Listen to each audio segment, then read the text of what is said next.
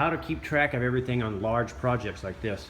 I'm Brian Eska from How To Automotive, and I'm going to give you a little insight on that. So in the case of this vehicle, this is a 2014 BMW Z3, or Z4 actually, and it's been involved with a crash, and the frame is bent here. So the body shop has asked me to remove the engine from the vehicle so they can straighten the frame out and fix that. So in this case, I'm going to take this engine out, and it may be 2, 3, maybe even a month later before I get this car back to put this back together. And this is some of the things you run across as a technician, so I wanted to share with you some of my tips for keeping track of stuff like this.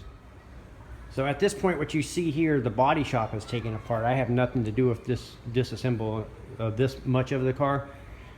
But so what I'm going to start first is with a series of pictures. I'm going to take a lot of pictures of how everything is. And so I'm going to take pictures of the wiring harness, and I'm also going to get a piece of paper and note down anything that are broke that maybe the body shop didn't notice, and that way when we reassemble this car, we can get all the right proper parts, and everything is brand new. So the very first step is to take detailed photographs. So that means get down in here and take pictures of how the wiring harness is laid, how the water pump down here is laid, how everything is laid, and then you know, follow it around all the way around, how all the AC hoses and lines and everything that is disconnected.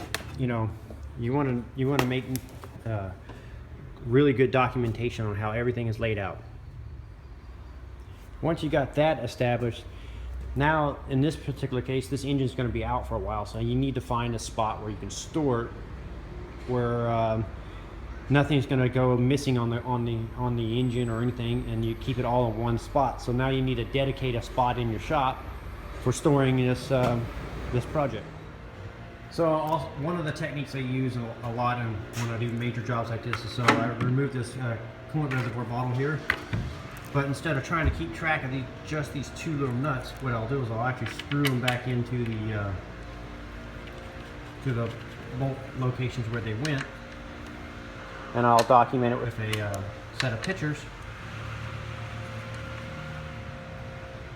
So I use that a lot when I do jobs like this. This is also a really good time to actually slow your work process down, and on this, especially on the disassemble, and take really good notes, because if you really pay attention to how things are laying, you know, routing, all this stuff, and document it with pictures and different documentation, when you go to put this back together, actually go back together really quick. Usually these things they come apart harder than they go back together, because it's harder to disconnect a connector or a quick connect, but it's really easy to push them on and lock them into place. Just this is the point where you just take your time to take it apart. Don't be in a rush, and document everything. You'll be okay. The good news about modern day cars and wiring is, so most of this wiring on this particular engine, we're going to leave it on there and route it the exact way. We're not going to take it off. And so like you got your main wire loom coming into the PCM here on the top, so we'll just disconnect that and kind of flip it out of the way. And it makes it really easy on these modern cars. Some of these older cars, you know, early 90s and 80s and 70s cars, you had to take off so much stuff and keep track of so much stuff, but these new modern cars are a lot easier now. And like most of the electrical connectors and stuff like this will only plug in one way. They'll only plug into one switch. And then like when you're going back together and you got a check engine light, usually you just follow that check engine light, and usually it's something you left unplugged or whatever, and it's pretty simple to figure out nowadays. So what I'm trying to encourage you guys is not to be afraid to tackle these type of jobs anymore. So another great technique for keeping track of things is to use masking tape. And you can tape it around whatever you're working on, and you can tag it. So you can write like this one here. I got a little box that I got out of trash, and I'm going to put the transmission and starter bolts in this box. So you can do stuff like that. So I got the tape, taping around different hoses and lines and stuff, and you can make, notations and marks on it. So when and masking tape's great, it just peels off. It doesn't leave any residue or anything like that.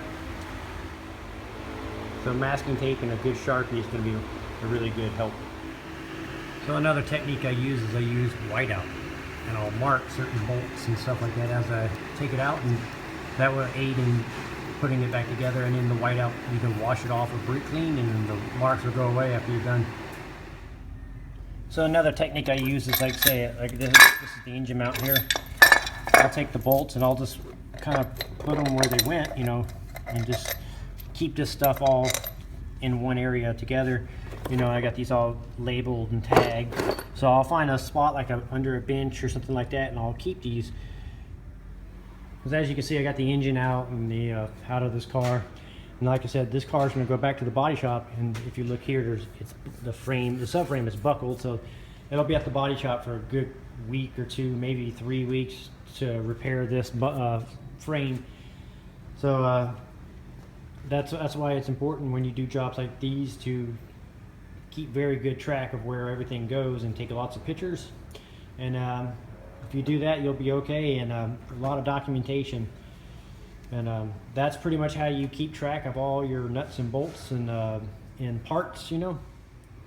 I'm Brian Essick from How To Automotive, and I'd like to thank you guys for watching my videos, and as always, it's my pleasure sharing my experience with you guys, and I encourage you to subscribe.